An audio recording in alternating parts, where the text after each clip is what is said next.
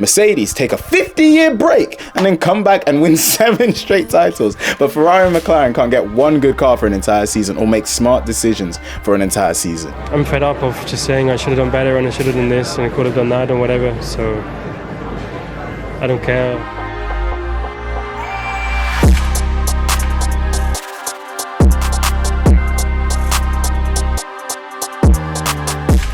Hello and welcome to F1 Unfiltered. My name is Luther and welcome back to our show, specifically those that joined us in the first episode and subscribed for the second episode. Welcome back to you guys. Welcome to F1 Unfiltered for those that are new.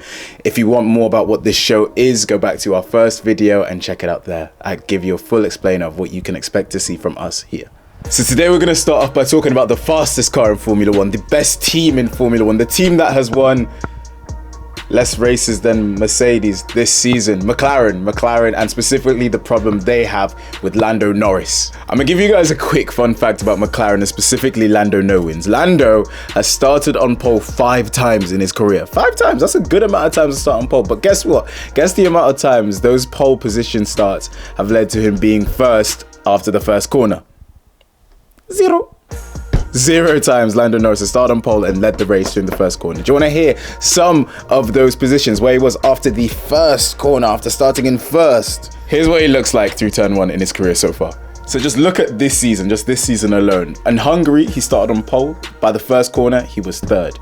In Spain, he started on pole. By the first corner, he was 3rd. In China, he started on pole. And do you know where he was? 7th. 7th, guys, 7th.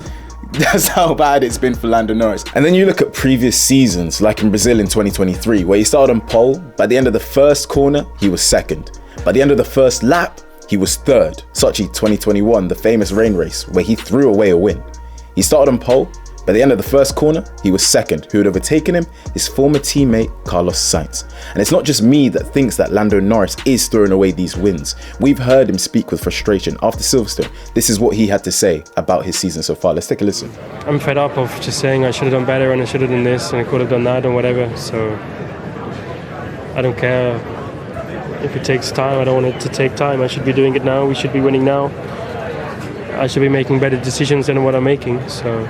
Brazil is a tiny run to the first corner, bro. That's so bad. I thought the cameras are off. The expectations are getting to Lando Norris and he's getting increasingly frustrated. I feel like having the fastest car and battling the best driver on the grid, one of the best drivers I think ever, is clearly weighing on his mind and he's looking more frustrated than ever. So since the Miami Grand Prix, you're telling me we've all been hearing that Lando Norris is this title rival to Max Verstappen. He's some title rival. We've got a title battle in the Formula 1 this season. We don't, guys, we don't.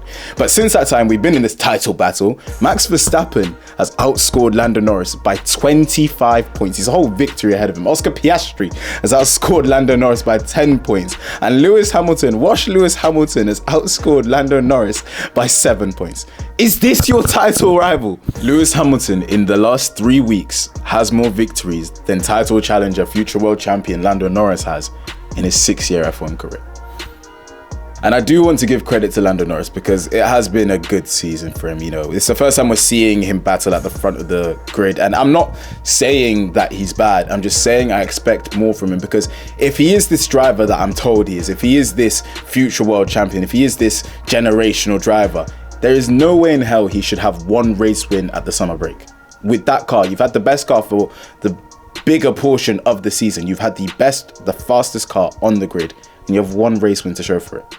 And a few of those that you've lost have been because of you. On the other hand, I want to give a big shout out to Oscar Piastri because me personally, I don't think it's a question. I think Lando Norris is the better driver right now. I don't think that's debatable. But I also think it's not debatable that Oscar Piastri has the better potential. Oscar Piastri will be a better driver than Lando Norris eventually.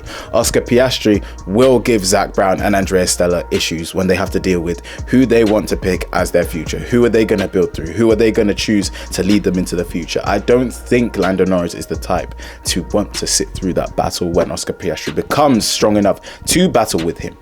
I do think Oscar Piastri has the right, chilled, cool attitude that's been giving him comparisons to Kimi Räikkönen as the new Iceman in Formula 1. To me, I thought it was clear that Lando Norris was Zach Brown's golden boy. I thought that Silverstone actually was the place where it was so obvious, because I thought that was clear sabotage of Oscar Piastri. I would never accuse an F1 team of sabotaging one of their drivers, but to be that wrong is still crazy to me. But Hungary then proved that maybe they don't see Lando Norris as this guy they have to prioritize and potentially ruin their relationship with Oscar Piastri for. You've seen teams in the past like Ferrari, like Red Bull, like Mercedes kind of ruin relationships with their second driver because they love their first driver so much. I think Hungary showed that the love between Oscar Piastri and Lando Norris is equally shared from above. So I think it'll be very interesting to see how it develops in the future. And I do think McLaren should be Oscar Piastri's team in the future. Right now, it's definitely Lando Norris's team, but in the future, Oscar Piastri. The thing is, I've sat here and I've cussed out McLaren for this entire episode, but I don't think they have much to worry about. Things are quite sweet over there. I'm quite jealous as a Ferrari fan that's been waiting for us to get back to winning for so long, even longer than McLaren, for God's sake. They have the best, the most malleable car and the fastest car in Formula One right now. And I gotta ask you guys a question. Do you think they have the best driver pairing in the sport right now? Or is it one of these over here? I think it's pretty easy to see where they need to improve. I think they make some silly errors, some strategic blunders. And I think it's so funny because the sport is in this place where the two teams with the most victories in the history of the sport have just completely forgotten how to win. Like, they've just lost any ability on how to direct a win on a consistent basis. You have Red Bull, who are relatively new to the sport compared to Ferrari, McLaren at least, being able to just constantly dominate over long periods of time. Mercedes take a 50-year break and then come back and win 7 straight titles. But Ferrari and McLaren can't get one good car for an entire season or make smart decisions for an entire season. But that was our video, McLaren, guys. Hopefully you did enjoy. If you did, leave some comments in the comment section. Let us know your thoughts on whether you think Piastri is better than Lando Norris, if you think he has a higher ceiling than Lando Norris, and if you think McLaren are underperforming with the car they have this season. Next week, we're going to be talking about Ferrari, and if you're not aware, I am a Ferrari fan, so it's probably going to get a bit emotional. So stick around if you're a Ferrari hater and if you're a Ferrari lover, because I want to hear from you guys next week in the comments. And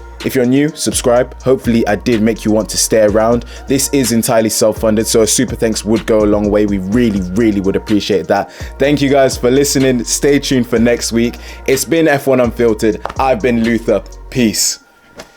Gang.